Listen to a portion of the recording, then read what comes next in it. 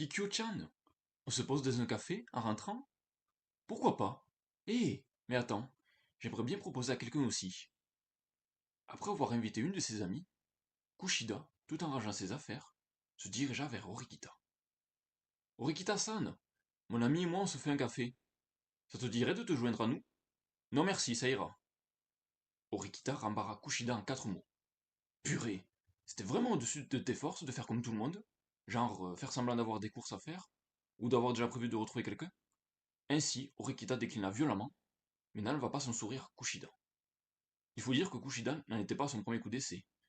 Elle propose régulièrement des plans à Horikita. Je me disais que ça ne lui aurait pas fait de mal d'accepter pour une fois. Enfin, à mon avis. Enfin, comme d'habitude, la tentative s'était soldée par un échec. Pas de souci, ce sera pour la prochaine fois. Attends une minute, Kushida-chan. Pour une raison inconnue, Horikita rappela Kushida. Y avait-il un espoir qu'elle ait changé d'avis? Je te prierai d'arrêter de m'inviter à partir d'aujourd'hui. Cela m'est plus pénible qu'autre chose. Décidément, Horikita se montrait plus froide que jamais. Néanmoins, Kushida ne semblait pas affecté et garda la même expression. Je penserai tout de même à toi la prochaine fois. Kushida retourna vers ses amis et sortit dans le couloir. Kikyu-chan, arrête d'inviter Horikita-san. Je ne peux vraiment pas me la voir. La porte était encore en train de se fermer, ce qui permettait de discerner ce qu'elle se disait. Il était plus que probable qu'Horikita attendait elle aussi. Néanmoins, son attitude ne disait pas si c'était effectivement le cas. Ce n'est pas très sympa ce que tu dis, non? Oui, ce n'est pas faux. Ça ne fait pas avancer le schmilblick. Tout à fait.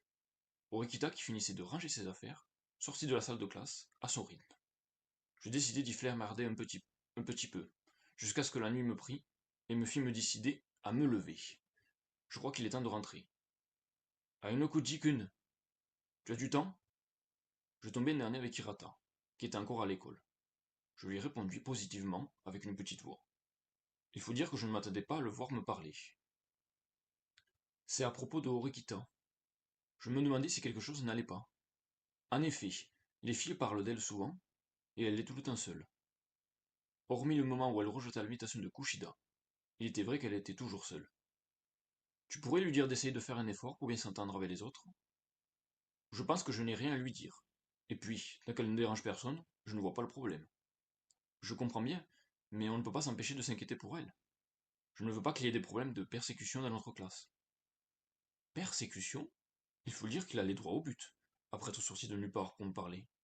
J'avais bien cru qu'il me lançait un avertissement comme si j'étais un potentiel agresseur. Mais bien qu'il parlait d'un sujet assez lourd, ses intentions étaient pures. Je pense qu'il faudrait mieux que tu ailles t'adresser à elle directement. Tu as peut-être raison. Désolé d'avoir dit quelque chose d'étrange. Orikita était toujours seule. Si les choses continuaient ainsi, elle deviendrait probablement la bête noire de la classe en l'espace d'1 mois. Mais c'était son problème, et je n'avais pas à m'en mêler.